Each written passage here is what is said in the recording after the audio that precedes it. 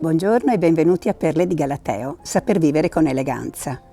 Si parla spesso ai giorni nostri di Galateo, di bon ton, di etichetta, ma cos'è veramente il Galateo? Il Galateo sono le buone maniere, quelle che noi usiamo per accogliere l'altro e quindi devono avere il massimo rispetto per l'ambiente, per la sensibilità altrui, ma anche per tutte le professioni lavorative. Fare attenzione a non ferire o non interferire, non invadere qualcuno con il nostro comportamento, questo vuol dire, al giorno d'oggi, essere educati. Il Galateo è quindi una forma di comunicazione, un linguaggio comune capace di comunicare in modo efficace il nostro pensiero ma anche i nostri sentimenti, che ci fa star bene con gli altri e ci fa fare bella figura, il che non guasta mai, da seguire indistintamente tutti i giorni, feriali e festivi. Le buone maniere affondano le radici nella nostra cultura, ma per fortuna noi abbiamo gambe e non radici e quindi è in continua evoluzione perché noi camminiamo proprio verso sempre un nuovo miglioramento. Il Galateo più famoso, ma forse non il primo,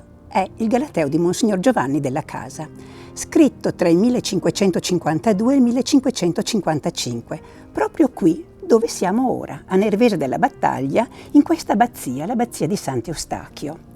Ed eccoci all'interno dell'abbazia di Sant'Eustachio, un'abbazia benedettina risalente al X secolo, che grazie all'imprenditore italo-canadese Ermenegildo Giusti qualche anno fa è stata restaurata ed ora possiamo godere del suo antico splendore. Fu Galeazzo Florimonte, vescovo di Sessa Aurunca, che ispirò Della Casa a comporre il Galateo, per correggere usi e costumi di quel tempo per noi ora assolutamente grezzi.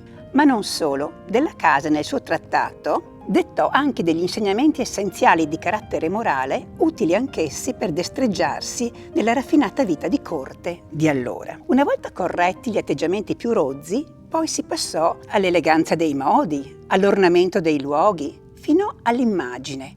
Basti pensare al trionfo del formale che si ebbe in Francia nel Settecento con Re Luigi XIV, Re Sole, dove il lusso che caratterizzava la vita pubblica della ricca borghesia influenzò tutta l'Europa. Questo celebre libro del viver civile si chiama Galateus, dal nome latino di Galeazzo Florimonte, ecco appunto Galateus. E abbiamo capito che il Galateo è un trattato che ci suggerisce tutte le buone maniere da usare in pubblico, in una parola come stare in società. Conoscere le buone maniere e saperle usare in ogni circostanza fa bene a noi e alla nostra autostima, perché ci rende sicuri.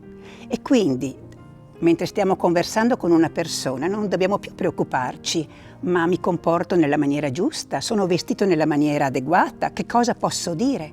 E quindi ecco che la nostra attenzione esclusivamente si rivolge alla nostra conversazione per renderla più piacevole e interessante possibile e favorire così le relazioni sociali. E concludo questo nostro incontro con una vera perla di saggezza.